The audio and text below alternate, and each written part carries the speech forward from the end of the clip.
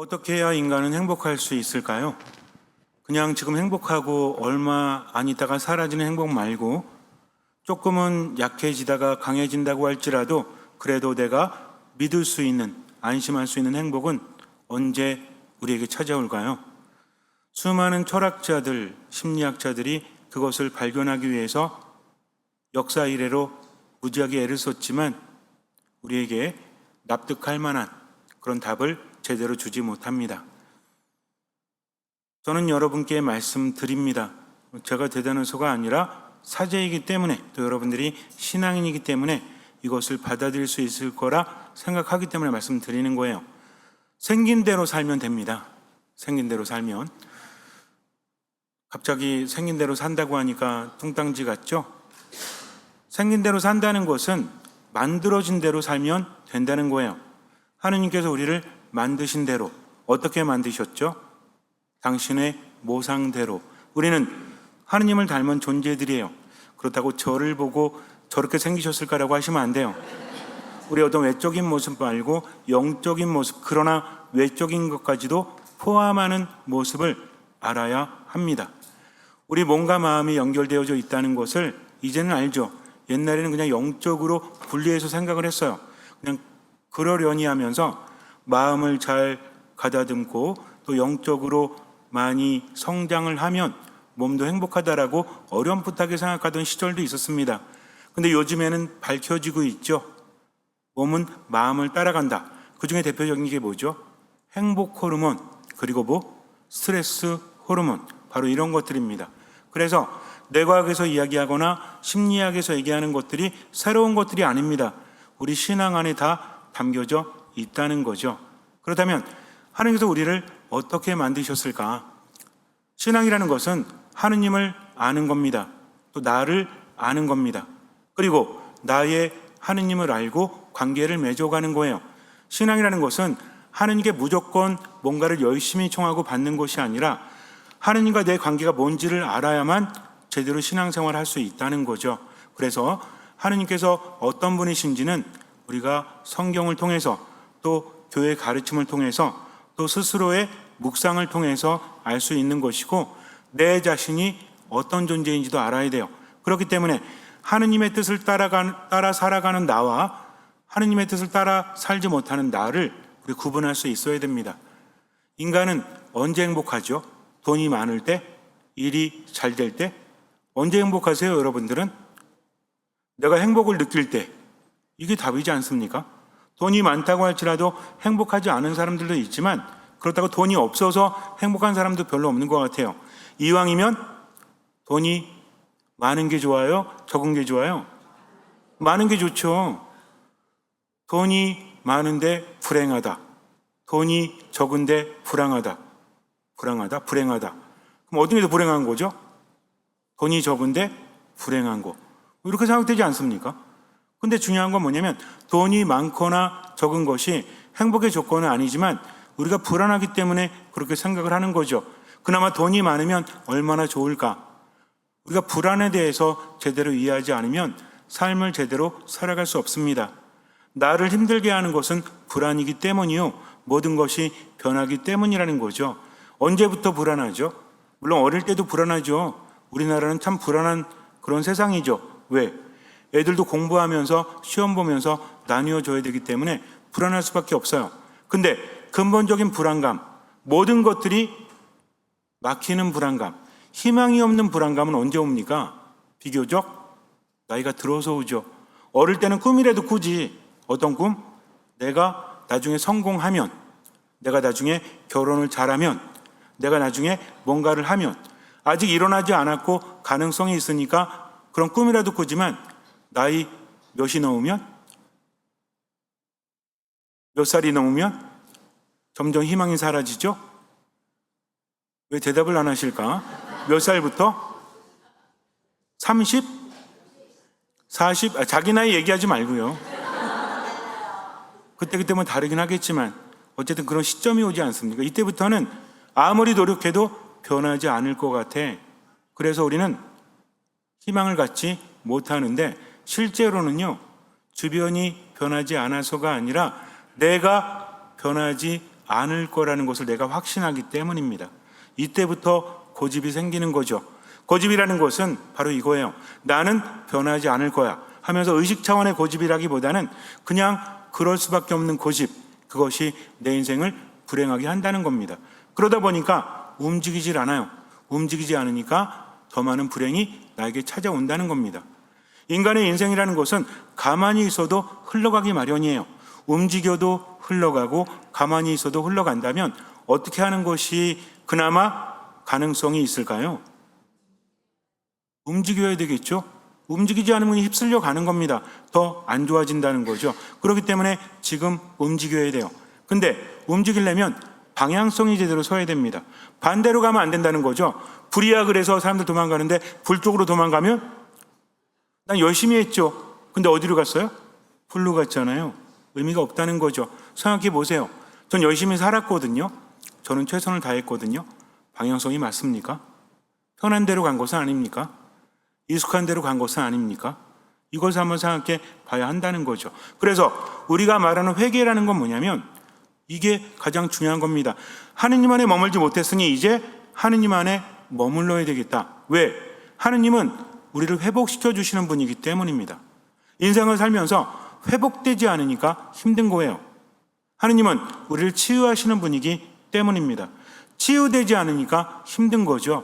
그래서 가장 중요한 것은 하느님 안에 머무는 것이다.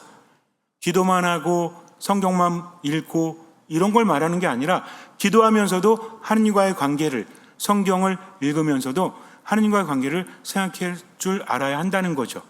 그래서 가장 중요한 것은 나의 하느님이에요. 하느님이 어떤 분이신지, 또 내가 누구인지, 하느님은 나에게 어떤 분이신지, 우리의 생김새를 보면, 만들어진 것을 보면 그것을 알 수 있는데, 인간이 힘들 때가 언젠고 하니 스스로 힘들다 여길 때, 스스로 불행하다 여길 때, 스스로 희망이 없다 여길 때가 바로 그때입니다. 인간의 뇌라는 것은 아주 기가 막혀가지고요, 어떤 분은 이렇게 말하죠. 저는 하는 일이 없어요. 은퇴하고 나서 하는 일이 별로 없거든요. 근데 삶이 참 우울합니다 라고 말해요. 왜 그런 걸까요? 우리는 저마다 꿈꾸지 않습니까? 뭐를? 은퇴를. 여러분들 노후를, 은퇴를 생각하십니까? 안 하시는구나. 그럼 얘기를 들을 필요가 없을 것 같은데, 우리는요 막연한 미래를 생각해요. 그러면서 언제를 놓치죠? 지금을 놓친다는 겁니다. 제가 이렇게 말하지 않아도 여러분 다 아실 거예요. 뭐 한두 번 들어본 말이 아니니까. 근데 자꾸 그렇게 말하는 것도 의미가 없어요. 내가 깨닫지 못하면, 지금 움직이지 않으면. 인간의 뇌라는 것은 디폴트 모드 네트워크라는 것이 있대요. 이게 뭐냐면 아무것도 안 하는데 뇌는 아무것도 안 하지 않는다는 거죠. 여러 부분이 네트워크를 이루어서 계속 움직인다고 합니다. 이건 좋은 걸까요? 안 좋은 걸까요? 제가 이렇게 물으면 답의 90%는 뭐죠? 좋을 수도 있고 안 좋을 수도 있다. 그래서 디폴트 모드가 뭐냐면, 디폴트 모드 네트워크가 뭐냐면 우리 다 알아요. 멍 때릴 때, 가만히 이렇게 있을 때, 애들이 멍 때릴 때 건드리면 대화한대요. 애들이 공부하다 말고 멍 때릴 때 있죠? 수업 받을 때 말고 가만히 공부하다 멍 때릴 때 엄마는 이제 불안해가지고 공부 안 해? 라고 하잖아요. 이때 건드리면 안 됩니다. 이때 이 안에서 동기화가 이루어지고 이제 뭔가 그것이 내 것이 되는 과정이래요.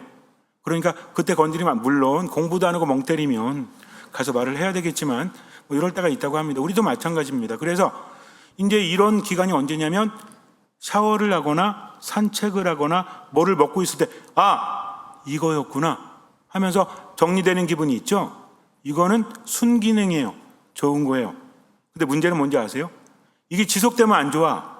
왜? 이때는 우리가 아무것도 하지 않아도 뇌의 에너지를 60%에서 80%를 쓰기 때문입니다. 그리고 인간은 기본적으로 생각이 많아지면 부정적이 돼요. 예전을 생각하면서 아, 이거는 내가 잘못했구나, 이건 이렇게 해야지 하면서 어떤 창의성이라든지 사회적 관계에 대해서 나를 좀 돌아보고 반성을 하고 바꾸면 되는데, 문제는 그냥 이것만 하는 거죠. 그럼 어떻게 되는지 아십니까? 부정적인 생각이 점점 커지게 돼요. 우울감은 점점 더 커집니다. 꼬리에 꼬리를 물고 어때요? 생각이 생각을 낳고 생각이 생각을 낳는데, 부정적인 생각은 부정적인 생각을 낳아요. 그러니 어때?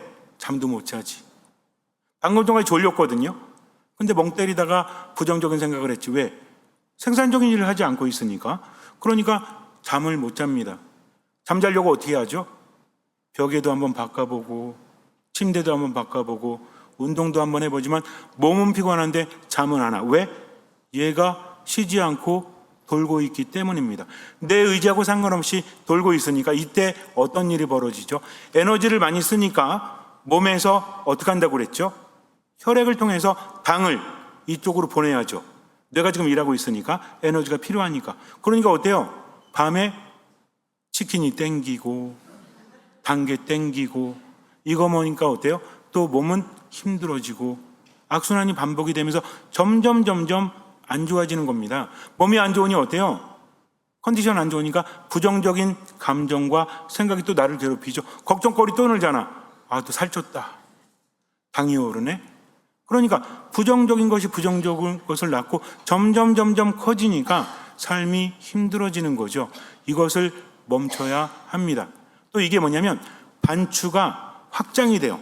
그러니까 진짜 있었던 일이 아니라 부정적인 것이 더해져서 아주 안 좋은 기억으로 남으니까 지금 에너지를 뺏긴다는 거죠. 그러니까 아무것도 안 해도 힘이 든다는 겁니다. 어떻게 해야 될까요? 그래서 많은 사람들이 여러 가지 방법을 논의하죠. 움직여라, 운동을 해라. 근데 이 상태에서 움직여지나요? 움직여지지 않죠. 또 뭐 하라고 합니까? 자기 챙김, 마음 챙김, 명상을 해라. 이것도 잘 되지 않죠. 왜? 머릿속이 복잡해지기 때문입니다. 이것을 바꿀 수 있는 방법이 있습니다. 현실적인 방법이 뭐냐면 작업 긍정 네트워크라고 해가지고 좋은 일을 계획하는 거죠. 내가 이거 성공할 일 있잖아요. 이번에 이거 한번 해봐야지, 저거 한번 해봐야지 하면 지금까지 계속 나를 힘들게 했던 그런 디폴트 모드가 사라지고 새로운 방법이 또 새로운 어떤 방식이 내 안에서 새로움을 주니까 도파민이 나온다고 합니다. 근데 이것도 어때요? 듣고 나니까 그럴 일이 별로 없잖아. 여태까지 아무 일도 안 했는데 앞으로 새로운 일 뭘 하겠습니까? 라는 생각이 드는 거죠. 그러니까 아무리 해도 답이 있다 없다? 답이 없어요. 뭐하러 이렇게 얘기를 할까요? 우리는 하느님의 도우심이 없이는 아무것도 할 수 없습니다. 철학이 답을 주지 못하지만, 심리학이 답을 주지 못하지만 신앙은 답을 준다는 거죠. 예수님 뭐라고 하십니까? 나를 믿는 사람, 나를 먹는 사람, 나를 마시는 사람, 내 안에 머무르는 사람은 목마르지 않을 거다, 배고프지 않을 거다라고 하십니다. 이건 뭐냐면 몸의 배고픔과 목마름이 아니라 영적으로 또 마음도 지치지 않는다는 거죠. 젊은이들도 청년들도 지치고 피곤하고 비틀거리게 마련이지만 하느님께 바라는 사람은 피곤한 줄도 지칠 줄도 모른다라고 하십니다. 구약부터 신약까지 우리가 묵상해 보면 딴 거는 몰라도 한 가지는 확실하죠. 하느님이 어떻게 하십니까? 당신을 보여주십니다. 나는 이런 하느님이다 하면서 끊임없이 말하는 게 뭔지 아세요? 내가 너희와 함께한다. 이겁니다. 구약도. 신약은 뭐예요? 완전하죠. 임마누엘 하느님. 임마누엘 뜻이 뭐죠? 하느님께서 우리와 함께 계시다. 그 하느님이 어떤 하느님이십니까? 나를 나보다 더 잘하시고 나를 나보다 더 사랑하신 하느님. 그분 안에 머물기 위해서는 어떻게 해야 돼요? 주님, 제가 듣고 있습니다 하면서 내 생각을, 내 감정을, 말과 행동을 하느님께 얼마만큼 할 수 있는 만큼, 얼마만큼 보이는 만큼, 이것만 하면 돼요. 그럼 나머지는 그분께서 채워주시기 때문입니다. 근데 우리는요, 절망 속에서 하느님을 바라보지 않아요. 내 나이가 몇인데 내 몸이 이렇게 힘든데 일이 잘 될 수 있을까 하면서 움직이지 않고 어떻게 해요? 또 어디 빠져? 디폴트 모드에 빠지는 거예요. 그러면서 안 좋은 생각에 생각하니까 쉬지도 못하고 힘들다는 겁니다. 그럴 때는 움직여야 돼요. 누구께로? 하느님께로. 방향성이 있어야 합니다. 믿음이라는 것은 한 번에 생기는 게 아닙니다. 내가 하느님 믿지 않아요? 하느님 신뢰하지 않아요? 그럼 그 말씀 듣고 그대로 살아가는 거죠. 얼마만큼? 할 수 있는 만큼. 얼마만큼? 보이는 만큼. 보이는 만큼이 뭐죠? 우리가 할 수 있는 만큼은 다 이해하죠. 내 능력만큼 어느 정도 하면 됩니다. 이거 가지고 시험님 몇 시간을 해야 될까요? 이런 거 묻지 마시고 할 수 있는 만큼. 근데 보통은 어때요? 우리 몸에도 이 제어 장치가 있어가지고 예를 들어서 얼마큼을 걸으면 될까 했을 때 한 1000걸음 거리는 게 죽을 것 같아. 안 죽어요. 그거 말고 진짜 무너질 때가 있습니다. 여기까지 하라는 거죠. 근데 인간은 놀라운 게 뭔지 아십니까? 운동도 그렇고 공부도 그렇고 뭐 기술도 그렇고 마음의 연주도 그럴 거예요. 이거를 넘어서지 않잖아요. 제가 할 수 있는 만큼 하라니까 너무 쉽게 받아들여. 요거 안 넘으면 인간은 성장하지 않습니다. 이거를 죽을 것 같아도 그만큼 하는 거죠. 그러고 나서 어때요? 아우 아파 죽겠어. 힘들어 죽겠어. 어느샌가 거기에 맞춰진다는 겁니다. 몸과 마음이. 근데 어느 정도 하고 어때요? 아, 이 정도면 되고 자 힘들어 죽겠어. 할 수 있는 만큼 했어. 이게 아니라 언제까지? 진짜 죽을 것 같을 때. 안 죽어도 괜찮아요. 그냥 인간은 대부분이, 물론 안 그런 분도 있겠지만 정말 죽을 것 같으면 안 해요. 인간의 몸이 그렇게 만들어져 있다니까. 그렇다고 해서 1층에서 한번 뛰어보고 2층에서 한번 뛰어보고 이러면 안 됩니다. 상식 차원에서 그렇게 하라는 거죠. 또 한 가지가 중요합니다. 얼마만큼? 아니, 할 수 있는 만큼 하셨잖아요. 보이는 뭐 이게 방향성이라니까. 시편 119편을 보면 말씀은 내 발의 등불이요 내 길의 빛이라고 그래요. 발을 비추는 거 있죠. 요만큼만 비춰주십니다. 말씀을 묵상하잖아요. 기가 막히게 그날 그만큼만 보여주세요. 그럼 어떻게 하면 돼? 그만큼 나아가면 되죠. 그리고 멈추면 돼요. 자, 보세요. 부정적인 생각이 들어요. 어떻게 하면 돼요? 부정적인 생각하지 말자, 생각하지 말자 그러면 거기에 매몰됩니다. 근데 매몰되지 않게 해서 어떻게 해야 된다? 새로운 생각을 채워야 되는데 이 별로 없으니까 그때 명심하세요. 성호를 긋는다. 따라 성호를 긋는다. 듣는 마음을 청한다. 그날 독서하고 복음을 읽어보세요. 우리는요 목적화의 기도를 해. 어떤 말씀을 묵상하면 힘이 생기나요? 어떤 말씀을 묵상하면 마음의 평화가 생기나요? 어떤 말씀을 묵상하면 시험 보기 전에 좋은가요? 그런 거 필요합니까? 필요하지 않습니까? 필요하죠. 왜 이렇게 긴장돼 있으세요? 괜찮아요. 근데 그러면서도 중심이 있어야 되겠죠. 이거를 매일 미사 독서와 복음으로 삼으세요. 미사 참여하지 못해도 우리가 매일 미사 책 있잖아요. 어플리케이션도 있지 않습니까? 독서하고 복음 읽죠. 한번 소리내서 읽어보세요. 이렇게 하루, 이틀, 사흘, 나흘 하면 흐름이 생깁니다. 왜냐하면 우리가 보통 한 3년을 지내면 구약과 신약을 거의 대부분 흐름을 안다고 하죠. 연결되어 있기 때문에 그래요. 처음에는 이해할 수 없어도 한 3일 지나고 4일 지나고 일주일, 한 달 지나잖아요. 그럼 내 안에서 의식적인 차원이 아니라 의식하지 못한 차원에서 그 말씀들이 살아 움직입니다. 하나님의 말씀은 살아있고 힘이 있어서 우리의 골수까지도 쪼갠다고 하죠. 처음에는 그냥 우겨 넣는 거예요, 그냥. 그러다 보면 이 안에서 정리가 됩니다. 그럼 그것이 내 생각과 내 감정을 움직여요. 그러면서 체험이 뒤따르게 되고 생각이 납니다. 그래, 이 순간에 저 인간이 미워 죽겠고 날 힘들게 하고 그러면 하느님, 저 인간을 좀 죽여버릴까요? 기도하면 돼요, 안 돼요? 하세요, 괜찮아요.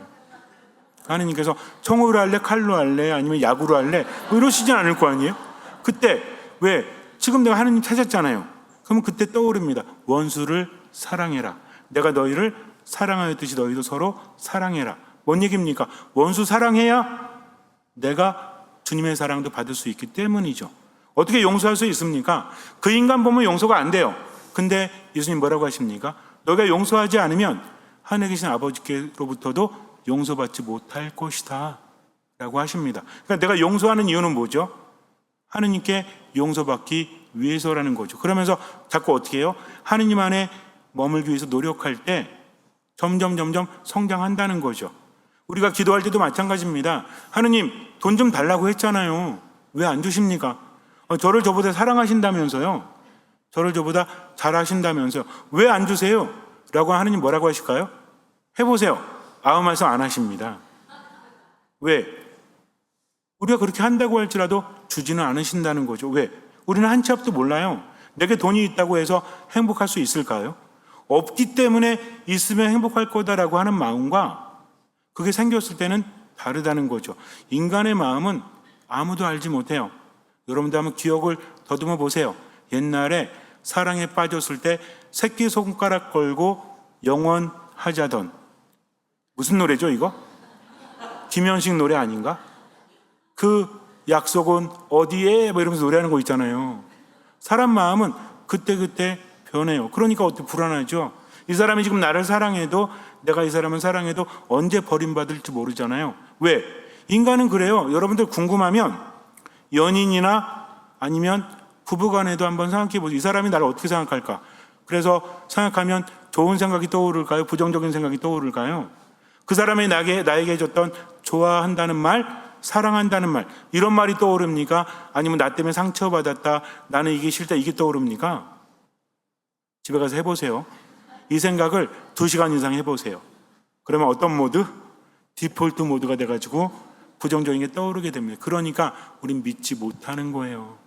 왜 나를 믿지 못하냐고요? 그렇게 했잖아요. 어떻게 믿습니까? 믿고 싶어도 믿을 수 없는 거죠. 인간은 기본적으로 그 누구에게도 아무 조건 없이 사랑받을 수 있다라고 여기지 않습니다. 내가 잘못하면 저 사람이 날 버릴 거야. 내가 미워지면 저 사람이 날 버릴 거야. 내가 잘못하지 않아도 상황이 되면 나는 버림받을 거야. 사람뿐만이 아닙니다. 회사도 마찬가지고 어떤 상황도 마찬가지죠. 그러니까 어때요? 불안하죠. 불안하니 어때요? 생각이 많아지죠. 생각이 많아지니 어때요?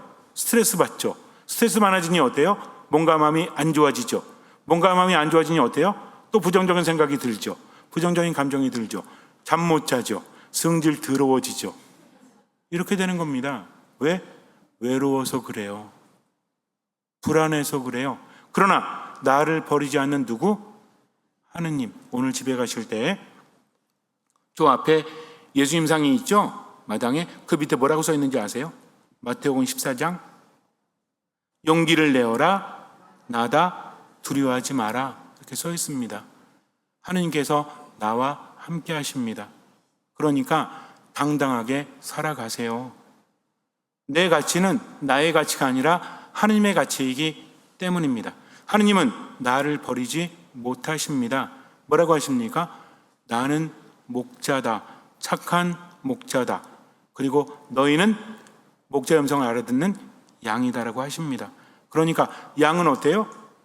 그냥 듣고 따라가면 되죠. 풀 뜯다가도 부르면 가면 돼요. 우리도 마찬가지입니다. 내가 잘못해서 상관없어요. 하느님에 머물기만 하면 그분의 은총을 받을 수 있기 때문입니다. 그러니까 대충대충 하지 말고 할 수 있는 만큼, 보이는 만큼 어디 머문다? 미사 안에 머문다. 말씀 안에 머문다. 기도 안에 머문다. 어떤 마음으로? 듣는 마음으로. 얼마만큼? 할 수 있는 만큼. 얼마만큼? 보이는 만큼. 이제 하산하셔도 됩니다. 그렇게. 근데 우리는 또 지치게 마련이. 그러니까 하느님 안에 머무는 것을 무슨 계명을 지킨다 이렇게 생각하지 말고, 하느님 안에 머물 때 어떻다? 우리는 치유를 받는다.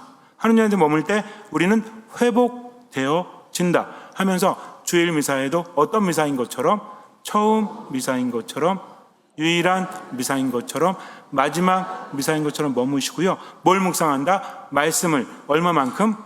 저 오늘 굉장히 구체적으로 하는 겁니다. 오늘은 구체적으로 할 수밖에 없어. 왜? 마도 마지막 때제이기 때문입니다. 매일 미사 참여하지 못해도 독서하고 복음은 이해하지 못해도 무조건 꾸겨 넣으십시오. 어떤 마음으로? 듣는 마음으로. 나머지는 맡기세요. 왜? 말씀은 살아있고 힘이 있으니까.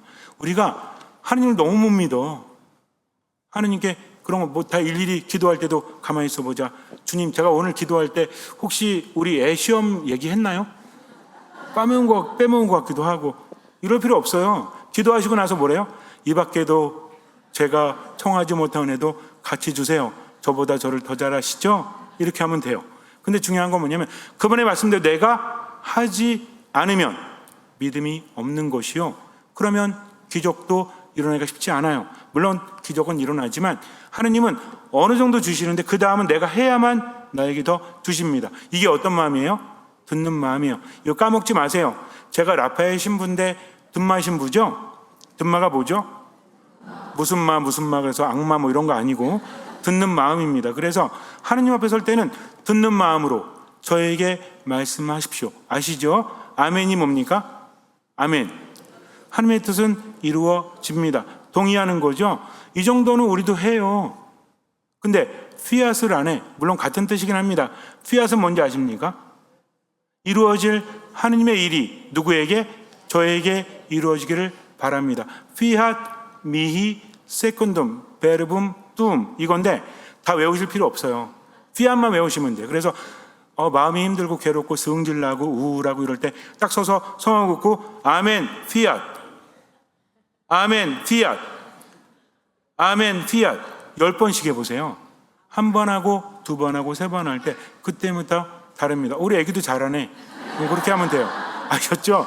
그래서 하나님께 뭘 드린다? 생각, 또 감정, 말과 행동을 드리고 살면 반드시 주십니다. 잠시 눈을 감으세요. 나보다 나를 더 잘 아시는 하느님, 나를 나보다 더 사랑하시는 하느님께 모든 것을 맡기고 듣는 마음으로 지금은 살아가세요. 하느님의 말씀을 들었다면 미사 말씀 기도 안에서 듣는 마음으로 머물 때 하느님의 말씀이 내게 들렸다면 그 말씀대로 할 수 있는 만큼 보이는 만큼 실천하고 나머지는 맡기십시오. 주님께서는 그 믿음을 보시고 우리 삶에 놀라운 기적을 일으켜 주실 것입니다. 아멘.